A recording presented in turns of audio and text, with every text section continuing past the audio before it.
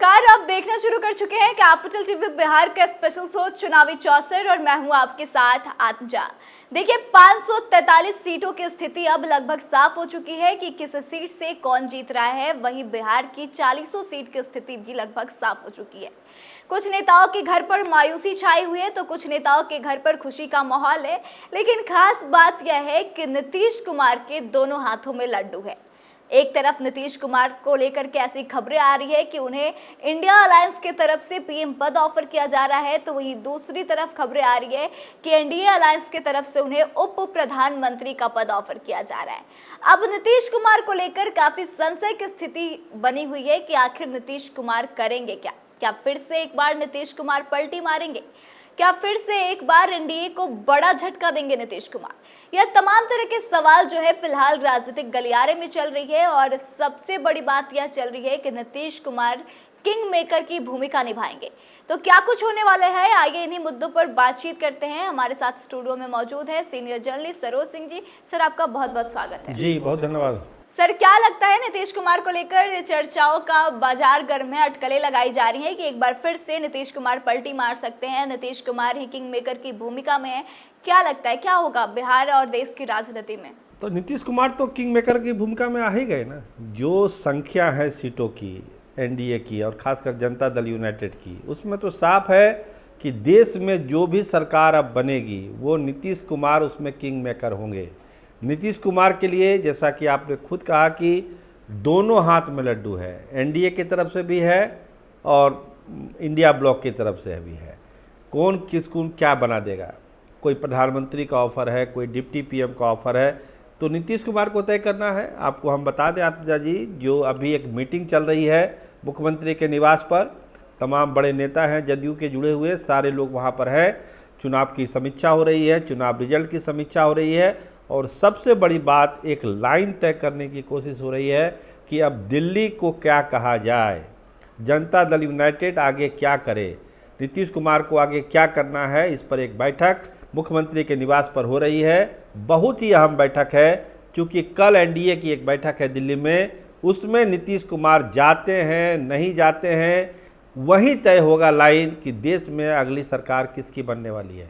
Sir, अगर Nitish Kumar NDA में ठहरने का मन बना लेते हैं तो क्या लगता है क्या कुछ डिमांड कर सकते हैं नीतीश कुमार? देखिए एनडीए में तो वो हैं और बीजेपी के लोग ये उम्मीद भी कर रहे हैं कि इस बार पलटी नहीं मारेंगे नीतीश कुमार, वो एनडीए में ही रहेंगे, नरेंद्र मोदी की सरकार बनाएंगे। दिल्ली जब गए थे तो प्रधानमंत्री से भी उनकी मुलाकात हुई थी, उन्होंने कहा कि मोदी की सरकार बनेगी।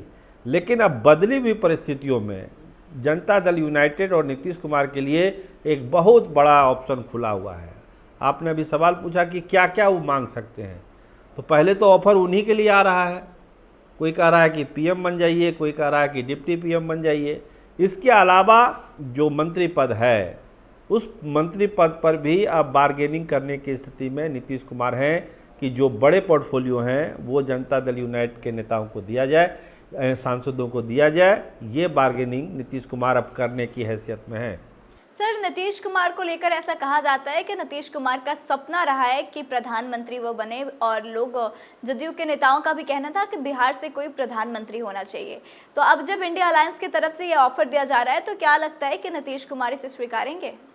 देखिए परिस्थितियाँ तय करेगी कि नीतीश कुमार क्या करेंगे। नीतीश कुमार भी तो अभी फाइनल नतीजों का इंतजार कर रहे हैं कि फिगर क्या आता है, कितने सांसद जनता दल यूनाइटेड के जीतते हैं, कितने बीजेपी के जीतते हैं, कितने इंडिया ब्लॉक के जीतते हैं, उसके बाद ही कैलकुलेशन होगा ना। अभी हमने कहा ना कि एक मीटिंग चल रही है मुख्यमंत्री के निवास पर जिसमें एक पार्टी लाइन तय हो रही है कि कल क्या क्या स्टेप नीतीश कुमार को और जनता दल यूनाइटेड को उठाना चाहिए।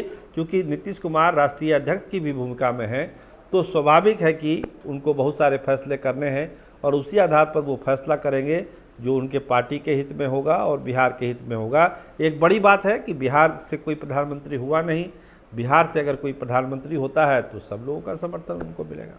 सर, अभी जो सिनारियो बना हुआ है कि नीतीश कुमार को ऑफर पे ऑफर मिल रहा है, कल तक ऐसा कयास लगाया जा रहा था कि नीतीश कुमार से मुख्यमंत्री पद भी छीना जा सकता है अगर उनके जो सांसदों की संख्या है उसमें कमी आई तो, लेकिन अचानक से आज स्थिति बदल गई है। तो अब इसका बिहार की राजनीति पे क्या असर देखने को मिलेगा? निश्चित तौर पर मजबूती मिली है नीतीश कुमार को। जो कल तक बात कही जा रही थी कि अब बार्गेनिंग पावर खत्म हो गई नीतीश कुमार की, अब वो हालात नहीं है। नीतीश कुमार डिक्टेट कर सकते हैं बीजेपी को कि बिहार में जो सरकार चलनी है वो कैसे चलेगी।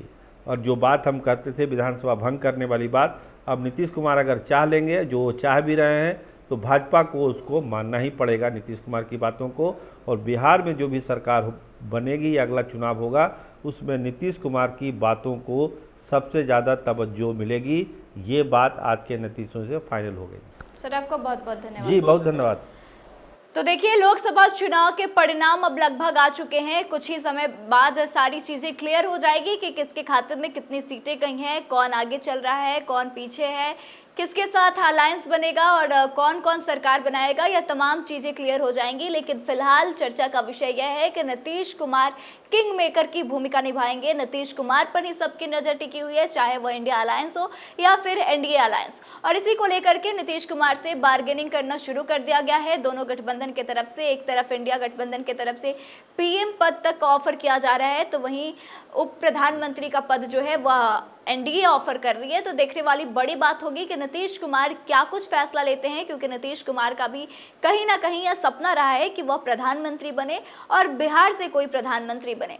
तो अब देखिए क्या कुछ परिणाम निकलकर सामने आते हैं। लेकिन आपको क्या लगता है कि आप फिर से नीतीश कुमार एक बार पलटी मारेंगे और बिहार की राजनीति में बड़ा बदलाव देखने को मिलेगा, साथ साथ देश की राजनीति में भी बड़ा बदलाव देखने को मिलेगा? आप अपनी राय को कमेंट करके बताएं। वीडियो अच्छी लगी हो तो शेयर करें और आगे के तमाम अपडेट्स के लिए बने रहे हमारे साथ। देखते रहे कैपिटल टीवी बिहार। धन्यवाद।